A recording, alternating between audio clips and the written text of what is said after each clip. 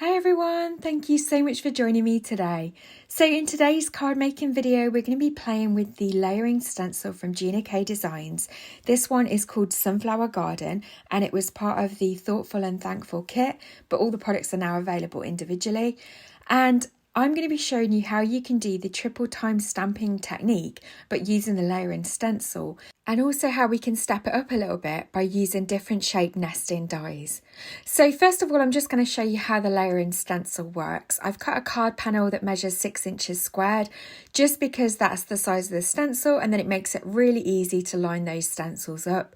I'm holding them in place with my magnets on my glass mat, and I'm using some Gina K Designs dye ink today to use for my ink blending.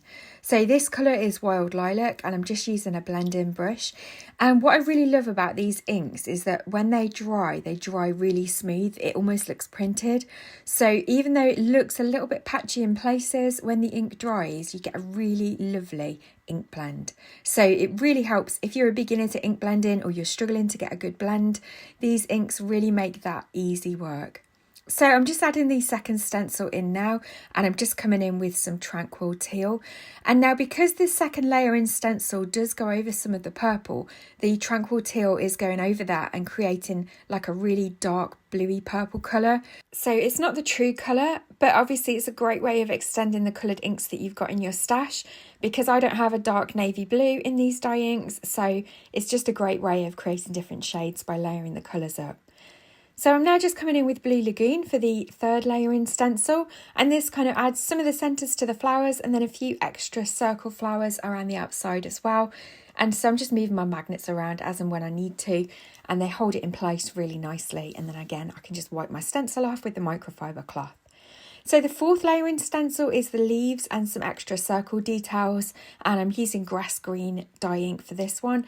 And again, I'm just using a blending brush. Of course, if you want to get creative with your blending, then you could use a couple of different shades of green here to create different blended effects on the leaves and on the circles, but I'm just putting a little bit more pressure to one side or the other just so that I get a little bit of a shadow effect. And then when I remove that stencil, you can see the beautiful finished pattern design that we've got there. And I just love how the inks just look airbrushed when they're dried. You really can't tell that that's been hand blended. So here's another one that I made off camera. For this one, I used Sweet Mango, Bubblegum Pink, Passionate Pink and Key Lime. And then for this one, I used Peach Bellini, Red Hot, Grass Green and Wild Dandelion. So there's an endless colour combination that you could use here. And of course, you could use different mediums as well. But the technique today is all about the triple time stamping technique, but using this stenciled background. So I've cut a panel of orange cardstock down to 5 3/4 squared. And then I've cut my pattern stenciled background to 5.5 inches squared. And I've got these square nesting dies from Craft Stash. These are the Creative Craft Products nesting squares. And I'm just going to show you first of all how to create this effect in a very basic way, just using our square nesting dies. So you want to get 2 nesting dies that are very similar in size, and then you want to leave a gap and then add 2 more. And what we need to do is basically we're going to create a matte layer of the orange, and then we'll have a layer of the pattern, and then a small matte layer of the orange, and then a matte layer of the pattern. And so that's going to give it this dimension effect, but it looks like you've created 3 panels when you haven't. So that's kind of the technique that we're using today. So first of all, the matte layer that I cut to 5 3/4 squared, I'm going to cut my other matte layers from it.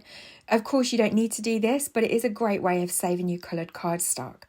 And then for the patterned card, we're then going to bring in those smaller layers, and you want to make sure that they're nice and neat and even, because you're going to be layering these back up and you want to have nice straight lines. So you could use some low tack tape here if you wanted to hold them in place.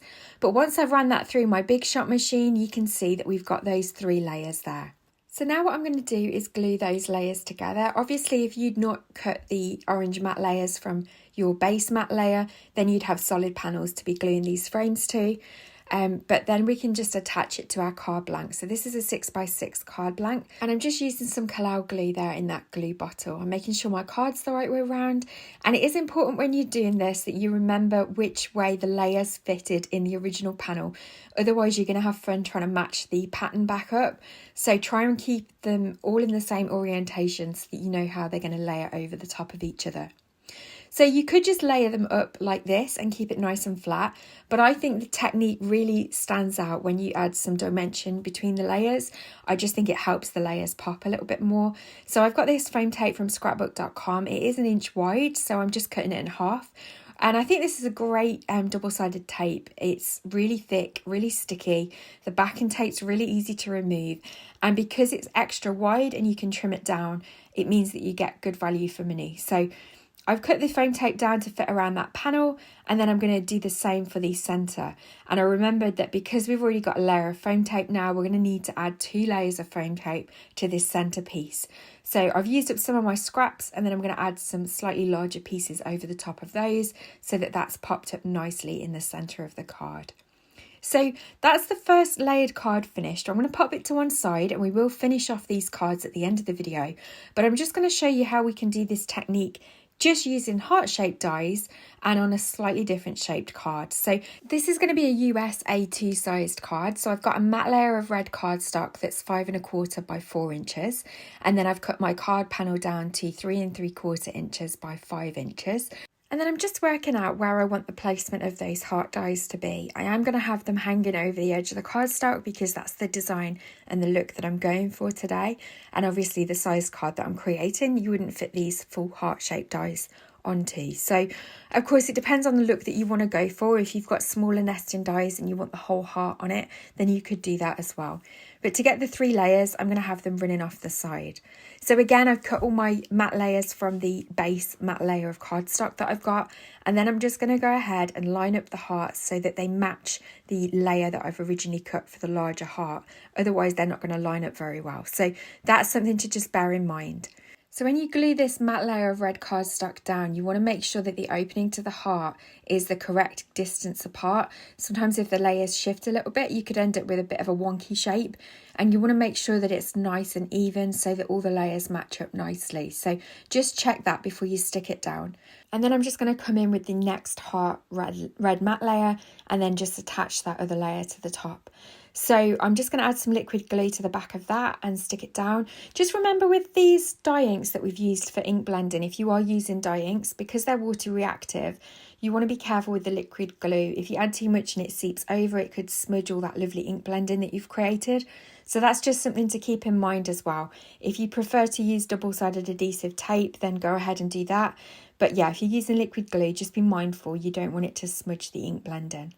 I've then added some sticky foam pads to the back of the layers just so that I could use some of those up. And then that is the second card made. And we'll pop that to one side and we'll come back in and finish it in a moment. So for the third and final card, I want to show you how you can mix and match different shaped dies. So I'm going to use these stitched oval dies from Paper Rose Studios, and I'm going to use them with the Hero Arts Infinity dies, the heart-shaped ones. And I'm just going to, again, cut both of my matte layers from that very base matte layer of cardstock.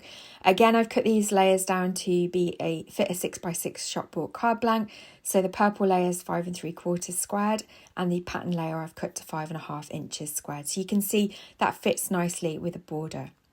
Now, when you're mixing and matching shapes, you really need to think carefully about which shape you want to be on top, because that's the shape that you need to cut first. So I know that in this case, I want my heart to be the top layer. So I'm going to cut that out first from the panel. So once I'm happy with the placement, I'm going to run that through my die cutting machine. And then we can pop that heart to one side while we then die cut the oval.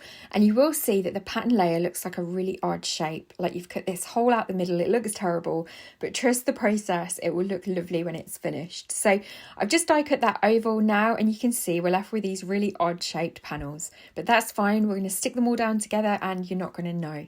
So we want to go ahead and glue all of these matte layers together first of all. And I'm just going to do that in exactly the same way that we have done for the other cards. Now, if you don't have layering stencils to create this technique, remember you can do the exact same thing with stamping.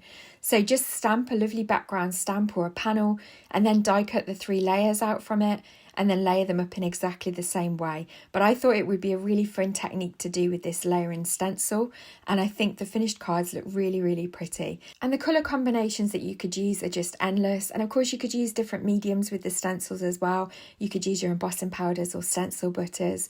But there's the third card panel finished, and now I'm going to show you how I've turned them into cards. So I've got these VersaFine Clair inks in Warm Breeze and Twilight, and I just really like using these for stamping solid images like this. I think they just give a really crisp stamped impression, and I really want to blend the two colours together. So I'm just tapping the corner of my ink pad on the top of the bird, on the bird's head, and then I'm going to come in with the lighter blue and just very carefully using the corner of the ink pad, add some shading to the bird's belly and legs. And this is a great way of adding extra colour to a stamped image that is a solid stamp. So sometimes you can't colour these stamps in the same way you might colour a flower, but by using different coloured ink pads, you can get that two-tone stamped effect, and I just think it's really, really pretty. These stamps, by the way, are also from Gina K Designs, and they're the Ornate bird stamps, and I've also got the coordinating dies which I've used. I had this happy anniversary sentiment in my stash, so I've die cut a couple more of the sentiment dies out just so that I can give these sentiments some dimension. Sometimes I find that stacking the die cuts like this means you don't have to have frame tape for what is a bit of a fiddly and small shape, so that's a great little hack. If you want to add dimension but you are finding it tricky to add frame tape, just go ahead and cut some extra layers of that die cut out, and then you can stack them together with some glue. For the birds, I'm just going to add a little bit of foam tape behind them and pop them up. And remember, you may have to double up the foam tape depending on which layer your focal image is going to sit on, because obviously we've already got dimension with foam tape between the layers. But I'm just going to pop those two little birds there, and then that's the first card finished. And I just think this looks so pretty. It's a really easy card to create, and I think the effect just looks really, really stunning. So the second card I'm going to keep really simple, and I'm just going to add this sentiment that says sending love and happiness. It's from the Gina K Designs Smiling Blooms stamp set, and again I'm just going to pop some foam tape on there. I need to double it up a little bit because of the layers, and then I'm going to add that black stamped butterfly which I've stamped from the Ornate Birds stamp set. And then I'm just going to add a little bit of liquid glue just to the centre of the butterfly and stick that down just to finish that card off, because I just think the unusual shape makes it really stand out without adding too much detail. For the final card, again, I'm going to use these birds because I just love them. And again, I'm going to add some foam tape to the back of them. For the sentiment, I've cut the Thinking of You on Your Anniversary stamps, and these are from the Thoughtful Flowers stamp set.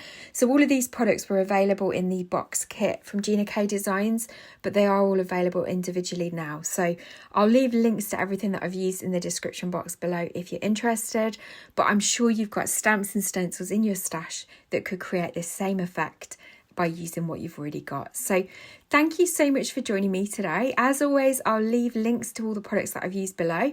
I'll also leave some close-up photos at the end so that you can have a look at the cards in closer detail. But I just think this is such a fun technique. It is an oldie but a goodie, and it's one that's frequently used with stamps, but I think it's equally beautiful with layering stencils as well. Here's a couple of extra cards that I'd already made off camera using exactly the same techniques but just slightly different shapes.